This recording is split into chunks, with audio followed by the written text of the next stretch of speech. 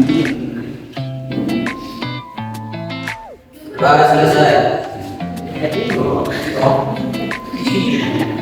Oke. Halo semuanya, perkenalkan nama saya Julia Julian Nuraini dari Prodi Pendidikan Luar Sekolah. Di materi Ekonomi kelas 11 APT kita sudah memasuki bab 6, yaitu tentang APBN dan APBD. Pembelajaran yang pertama yang akan kita pelajari kali ini yaitu adalah konsep APBN. Yang pertama adalah pengertian APBN, yang kedua fungsi APBN, yang ketiga tujuan APBN, yang keempat sumber-sumber pendapatan negara, yang kelima jenis pengeluaran negara.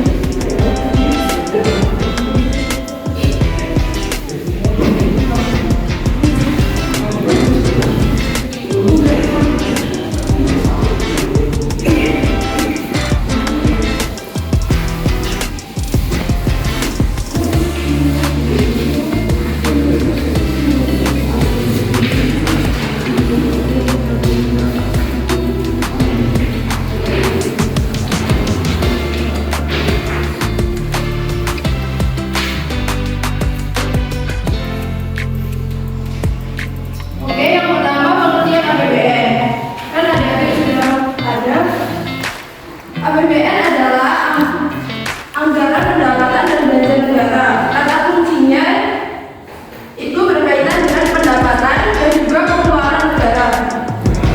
Menurut Undang-Undang Nomor 17 Tahun 2013 tentang Keuangan Negara dijelaskan bahwa APBN adalah rencana keuangan tahunan pemerintahan negara yang disetujui oleh Dewan Perwakilan Rakyat, terdiri dari anggaran pendapatan, anggaran belanja, dan anggaran pembiayaan.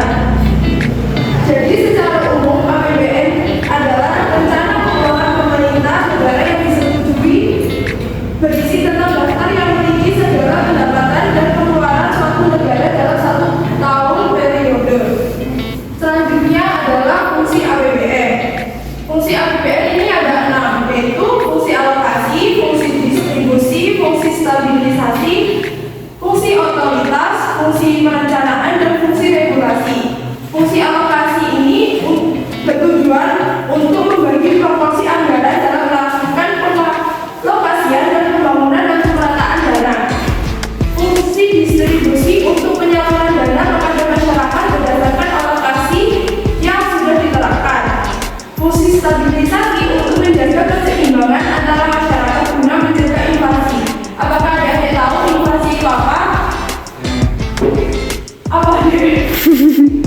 Inflasi adalah stok uang yang terlalu meningkat sehingga menurunkan harga. Ya, benar. Selanjutnya fungsi otoritas. Anggaran negara adalah pokok pelaksanaan pendapatan dan belanja dalam setiap tahunnya. Yang kelima fungsi perencanaan untuk untuk mengalokasikan sumber daya sesuai dengan apa yang direncanakan setiap tahunnya. Yang keenam fungsi regulasi untuk mendorong pertumbuhan ekonomi negara dan meningkatkan kemakmuran rakyat. Selanjutnya adalah tujuan APBN. Tujuan APBN ini untuk pedoman penerimaan dan pengeluaran negara dalam melaksanakan tugas kenegaraan. Yang kedua, meningkatkan transparansi dan pertanggungjawaban pemerintah kepada DPR dan masyarakat luas. Yang ketiga, meningkatkan keuangan. Pendapatan dalam negeri itu pendapatan yang asalnya berasal dari negeri. Yang pertama penerimaan pajak, yaitu pajak bumi, bangunan, bea cukai. Tahu bea cukai itu apa? Enggak, itu bea cukai. Biasanya pajak apa? Pokok. Ya.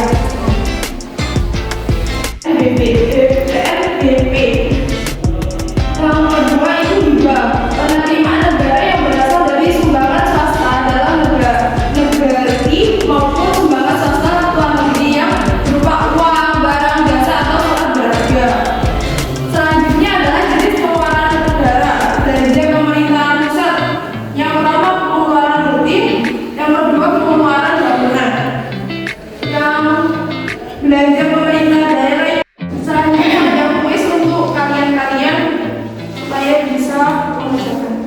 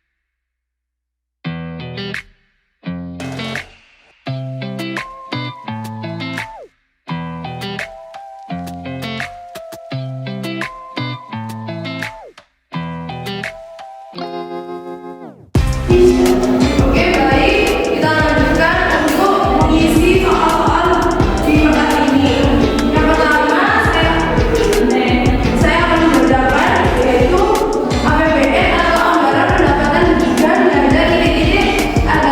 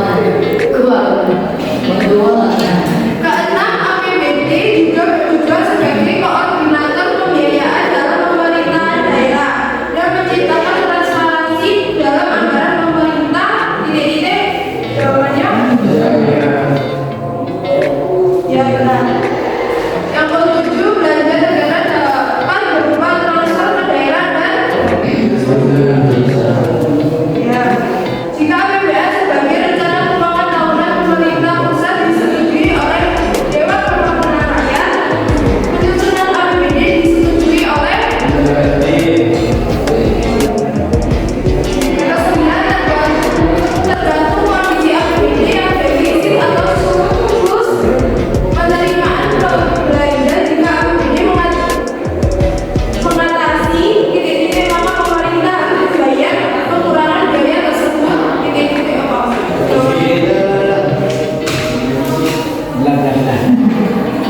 Defisit. Defisit.